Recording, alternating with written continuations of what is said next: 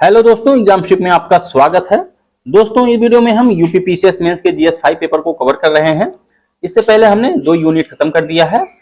आज के वीडियो में हम यूनिट 3 को कवर करने वाले हैं, जो कि है भारत के स्वतंत्रता संग्राम में 1857 से पहले एवं बाद में उत्तर प्रदेश का योगदान। इस टॉपिक से जो भी क्वेश्चन बन सकते हैं उन सबको आज की वीडियो में हम लोग कवर करने की कोशिश करेंगे। तो बिना टाइम वेस्ट किए चलिए शुरू करते हैं।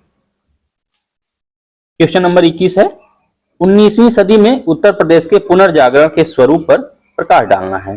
रिनेसा यानी पुनर्जागरण के स्वरूप पर प्रकाश डालना है उत्तर प्रदेश के संदर्भ में। तो सबसे पहले हमें इंट्रोडक्शन लिखनी है। 19वीं सदी में उत्तर प्रदेश का पुनर्जागरण कई महत्वपूर्ण सामाजिक, सांस्कृतिक और शैक्षणिक सुधारों का दौर था। इस काल में कई प्रमुख हस्तियों और आंदोलनों ने समाज को प्रगति और सुधार की दिशा में प्रेरित किया। इसमें प्रमुख जो आंदोलन थे जो हैं scientific society. Sir Syed Ahmad Khan द्वारा 1864 में साइंटिफिक सोसाइटी की स्थापना की गई थी। इसका उद्देश्य था मुस्लिम समाज में व्याप्त बुराइयों को दूर करना। नेक्स्ट था देवबंद आंदोलन। 1866 में इस आंदोलन की शुरुआत और इसका मुख्य केंद्र था सहारनपुर जनपद में स्थित देवबंद। मुस्लिम समाज को पारंपरिक रूप से जागरूक, नैतिकतापूर्ण और समृद्ध बनाने के उद्देश्य से इसकी शुरुआत की गई थी। नेक्स्ट है वहाबी आंदोलन। वहाबी आंदोलन 1830 से प्रारंभ होकर 1860 ईस्वी तक चला। इस आंदोलन के प्रवर्तक रायबरेली के सैयद अहमद थे। यह आंदोलन भी मुस्लिम समाज सुधार आंदोलन था। नेक्स्ट है राधा स्वामी मत। राधा स्वामी मत की स्थापना 1861 में शिव दयाल सिंह साहब द्वारा आगरा में की गई थी। इसके द्वारा शिव दयाल सिंह साहब द्वारा आगरा में इस मत के अनुयायी हिंदू और सिख दोनों थे। इस मत में नकली गुरुओं और आडंबरों की निंदा की गई थी। एनी बेसेंट ने 1898 में वाराणसी में सेंट्रल हिंदू कॉलेज की स्थापना की। इस कॉलेज की प्रेरणा से 1916 में काशी हिंदू विश्वविद्यालय की स्थापना की गई। इस प्रकार 19वीं सदी में उत्तर प्रदेश के विभिन्न क्षेत्रों में पुनर्जागरण के लिए सामाजिक, धार्मिक और नैतिक सुधार किए गए, जो आगे चलकर भारतीय समाज को विकसित करने में सहायक सिद्ध हुए। नेक्स्ट क्वेश्चन देखते हैं। उत्तर प्रदेश के क्रांतिकारियों का भारतीय स्वतंत्रता संघर्ष में योगदानों का मूल्यांकन करना है। उत्तर प्रदेश के क्रांतिकारियों का भूमिका में लिखेंगे। उत्तर प्रदेश के क्रांतिकारियों का भारतीय स्वतंत्रता संघर्ष में योगदान बहुत ही महत्वपूर्ण और विविधतापूर्ण था। 1857 की क्रांति से लेकर स्वतंत्रता प्राप्ति तक उत्तर प्रदेश के विभिन्न हिस्सों में अनेक क्रांतिकारी नेताओं और आंदोलनों ने स्वतंत्रता संग्राम को मजबूती प्रदान की।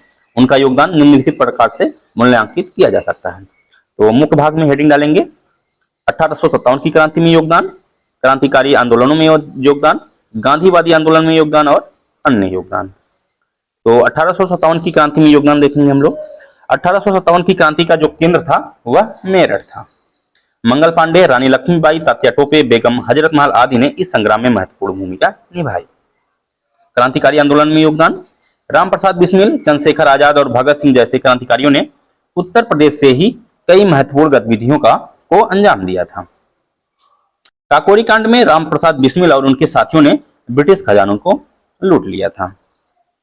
नेक्स्ट है गांधीवादी आंदोलन में योगदान। उत्तर प्रदेश में किसानों ने महात्मा गांधी के नेतृत्व में असहयोग आंदोलन और भारत छोड़ो आंदोलन में सक्रिय भाग लिया। पंडित जवाहरलाल नेहरू, लाल बहादुर शास्त्री जैसे नेता भी उत्तर प्रदेश से थे। उन्होंने कांग्रेस के नेतृत्व में स्वतंत्रता संग्राम को आगे बढ़ाया। चित्तू पांडे, जिसे बलिया का बाघ भी कहा जाता है, ने भारत छोड़ो आंदोलन के दौरान अंग्रेजों के विरुद्ध बलिया में समानांतर सरकार की स्थापना की। अन्य योगदान, उत्तर प्रदेश के छात्र और युवा भी स्वाधीनता संग्राम में सक्रिय रहे। उन्होंने विभिन्न आंदोलनों में भाग लिया और जेल गए। गाजीपुर जिले के स्वामी सहजानंद सरस्वती ने ऑल इंडिया किसान सभा की स्थापना कर किसानों को ब्रिटिश नीतियों के विरोध के लिए संगठित किया। राम मनोहर लोहिया कांग्रेस सोशलिस्ट पार्टी के संस्थापक सदस्य थे।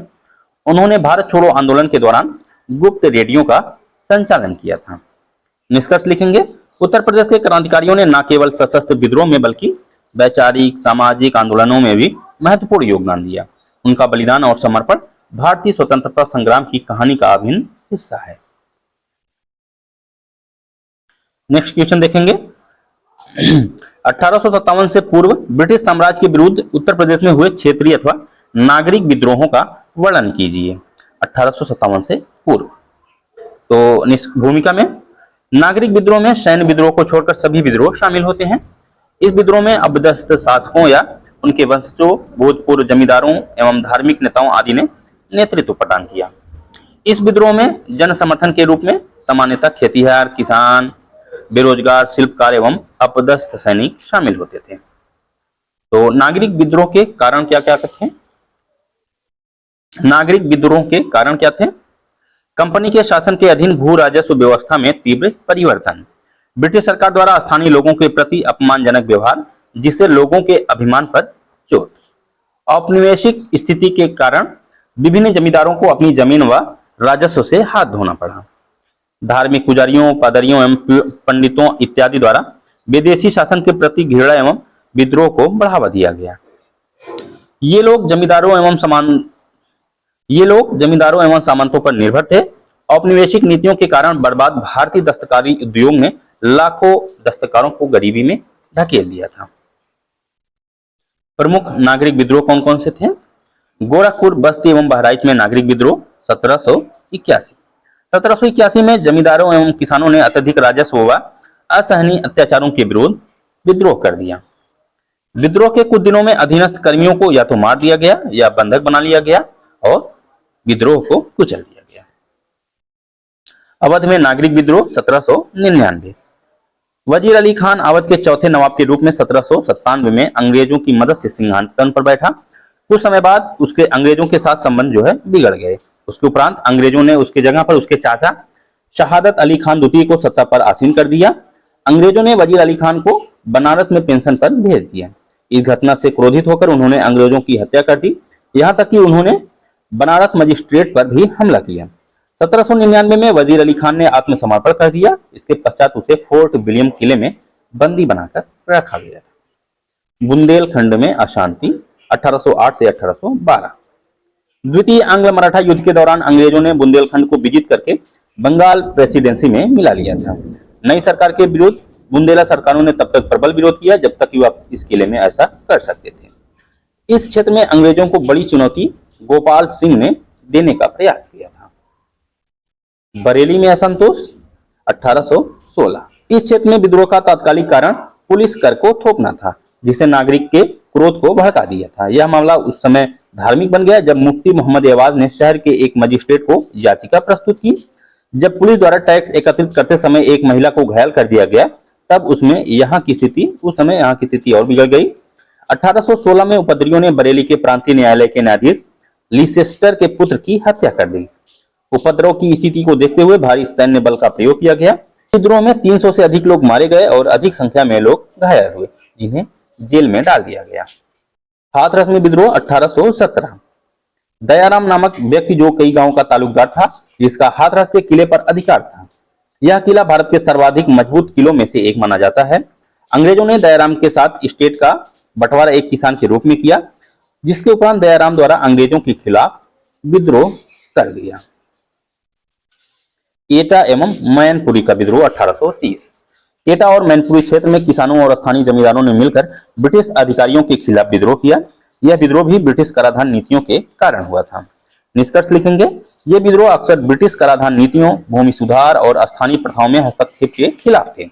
इन विद्रोह ने 1857 के भारतीय विद्रोह की पृष्ठभूमि तैयार की थी, जिसमें ब्रिटिश शासन के खिलाफ व्यापक असंतोष और संघर्ष की भावना प्रकट हुई। नेक्स्ट क्वेश्चन है, 1857 की क्रांति के कारणों को बताते हुए उत्तर प्रदेश के शहरों में किसके नेतृत्व में आंदोलन चलाया गया? 1857 की क्रांति के कारण बताना है और जो उत्तर प्रदेश में विभिन्न शहरों में आंदोलन होता उसका नेतृत्व किसके द्वारा किया गया था। तो भूमिका में 1857 की क्रांति एक ऐसी क्रांति थी जिसे सैनिकों द्वारा शुरू किया गया था, अतः इसे सैनिक विद्रोह के नाम से भी जाना जाता है। 1857 की क्रांति का सबसे जो व्यापक प्रभाव था वह उत्तर प्रदेश में ही देखने को मिला है। तो 1857 की क्रांति के कारण क्या क्या थे?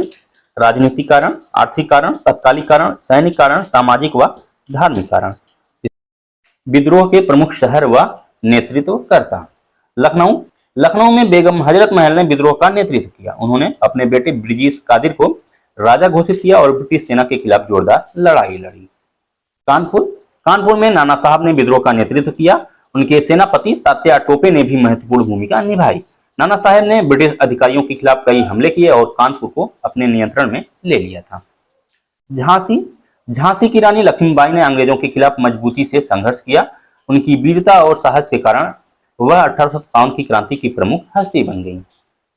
बरेली बरेली से नेतृत्व करने वाले प्रमुख नेता थे खान बहादुर खान।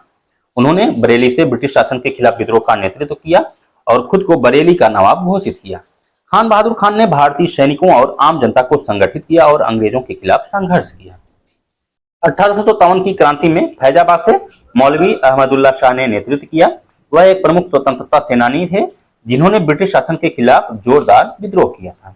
निष्कर्ष, 1857 की क्रांति को ब्रिटिश सेना ने अंततः कुचल दिया, लेकिन इसने भारतीय समाज में एक नई जागरूकता और स्वतंत्रता की भावना को जन्म दिया। यह विद्रोह ब्रिटिश शासन के खिलाफ भारतीय जनता के गहरे असंतोष को दर्शाता है और बाद में भारतीय स्वतंत्रता संग्राम के लिए प्रेरणा का स्रोत बना। नेक्स्ट क्वेश्चन है, 1857 की क्रांति में उत्तर प्रदेश की महिला क्रांतिकारियों के योगदान का वर्णन कीजिए। उत्तर प्रदेश के महिला क्रांतिकारियों के योगदान का वर्णन करना है जो कि 1857 की क्रांति में योगदान दिए हैं। 1857 की क्रांति में उत्तर प्रदेश की महिलाओं ने महत्वपूर्ण भूमिका निभाई। रण क्षेत्र में वीरता पूर्वक लड़ाई लड़ी, सैनिकों को प्रेरित किया, घायलों की देखभाल की और क्रांतिकारियों के लिए भोजन और अन्य आवश्यक वस्तुएं जुटाई। उत्तर प्रदेश की प्रमुख महिला क्रांतिकारी एवं उनका योगदान। तो सबसे पहले सबसे महत्वपूर्ण रानी लक्ष्मीबाई। अंग्रेजों ने झांसी का विलय अंग्रेजी साम्राज्य में कर दिया, जिस कारण लक्ष्मीबाई ने अंग्रेजों के विरुद्ध विद्रोह कर दिया। 17 जून 1858 को लड़ते हुए वो शहीद हो गई। जनरल ह्यूरोन ने कहा था कि वह सभी विद्रोहियों में से एकमात्र मर्द थी। अजीजन बाई, ये कानपुर की रहने वाली वीरांगना थी। नाना साहब और तात्या टोपे के साथ 1857 के विद्रोह में महत्वपूर्ण भूमिका निभाई। बेगम हजरत महल, लखनऊ में 1857 के विद्रोह का नेतृत्व। अंग्रेजी अधिकारी कैम्पबेल का डटकर सामना किया। झलकारी बाई, रानी लक्ष्मीबाई की सेना में दुर्गा दल की मुखिया थी। 18 अप्रैल 1858 में अंग्रेजों द्वारा फांसी दे दी गई। झलकारी बाई। सरस्वती बाई लोधी, ललितपुर छावनी के सूबेदार अर्जुन सिंह की बेटी थी। उन्होंने विद्रोह में बढ़ चढ़कर हिस्सा लिया। उदा देवी, लखनऊ के नवाब वाजिद अली शाह के महिला दस्ते की मुखिया थी। उदा देवी, इसको आप लोग मैप में भी दिखा सकते हैं। बेगम हजरत महल लखनऊ और उदा देवी लखनऊ, अजीजन बाई कानपुर और रानी लक्ष्मीबाई झलकारी बाई झांसी, सरस्वती बाई लोधी ललितपुर। निष्कर्ष लिखेंगे, इन महिला क्रांतिकारियों का योगदान न केवल 1857 की क्रांति को मजबूत किया, बल्कि भारतीय स्वतंत्रता संग्राम के इतिहास में इनका नाम स्वर्ण अक्षरों में लिखा गया। उनके साहस और संघर्ष ने आने वाली पीढ़ियों को प्रेरित किया और स्वतंत्रता की भावना को जीवित रखा। आज का लास्ट क्वेश्चन देखते हैं। इसके साथ ही जो यूनिट 3 है वह जो है कंप्लीट हो जाएगा।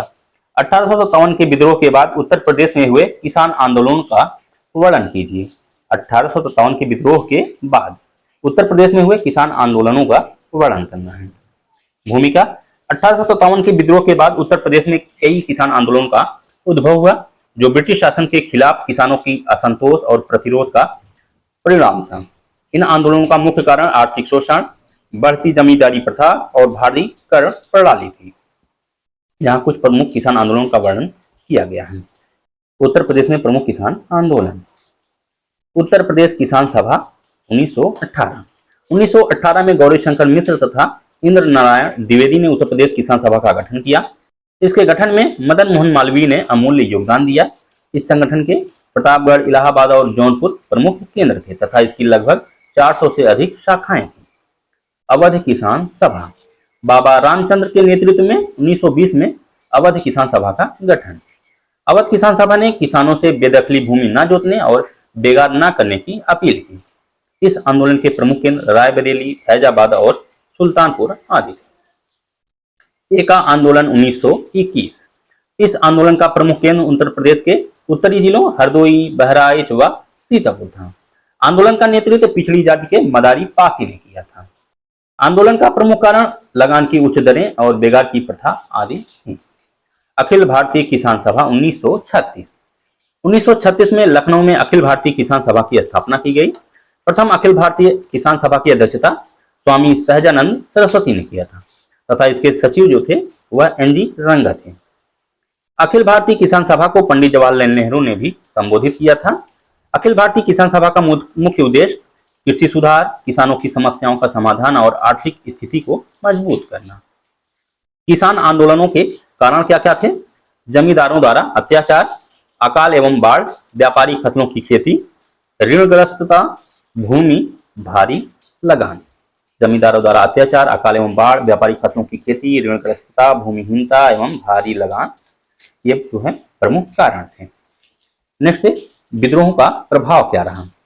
तो लगान में कमी, जमींदारी प्रथा में सुधार, राष्ट्रीय चेतना का विकास और किसानों को कुछ अधिकार प्राप्त हुए। ये जो है विद्रोह के प्रभाव रहे।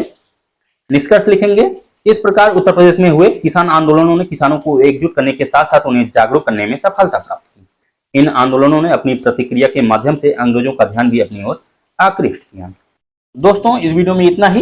नेक्स्ट वीडियो में हम यूनिट 4 को कवर करेंगे। इसका पीडीएफ टेलीग्राम ग्रुप में शेयर कर दिया गया है, जिसका लिंक वीडियो के डिस्क्रिप्शन में है। अगर आपको वीडियो यूजफुल लगा हो तो प्लीज वीडियो को लाइक करें और चैनल को सब्सक्राइब करें। Thank you.